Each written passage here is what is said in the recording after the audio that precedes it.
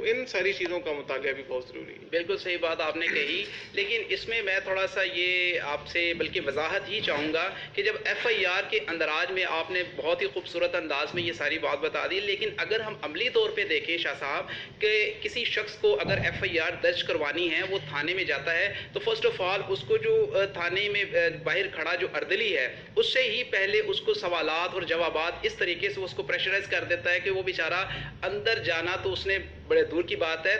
وہاں پہ جو کھڑا ہوا جو اردلی ہے اس کو اتنا وہ ڈپریشن کا وہ شکار کر دیتا ہے. تو اس اردلی کی آپ کو ٹریننگ کی ضرورت نہیں ہے، یا پھر اس کے بعد محرر کی باری آتی ہے، یا پھر آپ نے آن لائن سسٹم کیا ہوا ہے؟ اس کے بارے میں تھوڑی وضاحت کریں. اس میں جو ہے نا وہ لوگوں کا جو پولیس تھانے کے اندر جانے کا ایکسپیرینس ہے اس کو کس حوالے سے ہم بہتر بنا سکتے ہیں، اس کے اوپر ایک مسلسل غور و فکر ہوتا ہے، اور ہماری جو پولیس قیادت ہے موجودہ اس کا بہت زیادہ اس کے اوپر فوکس ہے. لیکن اس میں یہ دیکھنا بڑا ضروری ہے کہ وہ جو لوگوں کا ایکسپیرینس ہے کہ وہ کسی پولیس اسٹیشن کے اندر گئے ہیں، وہ کون سی چیزوں پہ ڈیپینڈ کرتا ہے. اس کے اندر ٹریننگ اس کا صرف ایک پہلو ہے، اس کے علاوہ وہاں پہ انفراسٹرکچر کیسا ہے، وہاں پہ ہم نے بیٹھنے کا ماحول کیسا بنایا ہوا ہے، وہاں پہ ہم نے فیسلٹیز کیا پرووائڈ کی ہوئی ہیں، وہ بھی بڑا امپورٹنٹ ہے. اچھا شاہ صاحب، یہ آپ یہ کیسا سمجھتے ہیں کہ جو ہماری ایف آئی آر، کیونکہ کسی بھی مقدمے کی جو بیس ہے وہ ایف آئی آر ہوتی ہے، اور ایف آئی آر کے اوپر ہی کسی بھی مدعی کو اپنا جو حق انصاف جو اس نے لینا ہوتا ہے، اگر وہ رائٹ پہ ہوتا ہے تو وہ بیس ہوتی ہے. آپ کیا سمجھتے ہیں کہ وہاں پر بیٹھے ہوئے جو آن لائن پہ بیٹھے ہوئے تھے، میٹرک یا ایف اے ان کی ایجوکیشن ہوتی ہے، کیا وہ اس بات کو سمجھتے ہیں، وہ اس اچھے طریقے سے اس کو مطلب ریٹن میں وہ اس کی ایف آئی آر کو جو وہ کہنا چاہ رہا ہوتا ہے، کیا وہ اس قابل ہیں کہ وہ اس کو طریقہ کار کو وہ اپنا کے تو اس کی جو ہے وہ صحیح طریقے سے اس کے یعنی کہ وہ آگے اس کی پرابلم کریٹ نہ ہو، یعنی کہ اس قابل وہ ہیں؟ جی، اس میں جو ہے وہ دو چیزیں عرض کروں گا.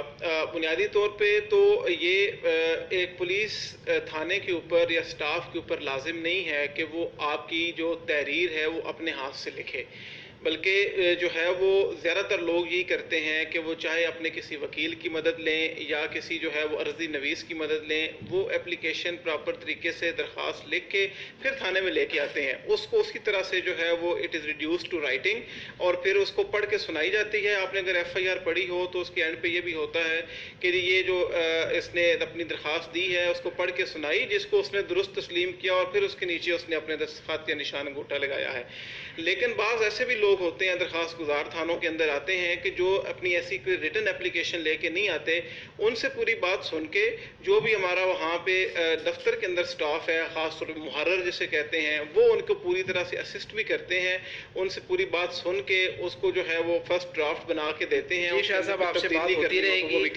میاں صاحب سے بات کرتے ہیں. میاں صاحب یہ بتائیے گا کہ وزیر اعظم نے اقتدار میں آنے سے قبل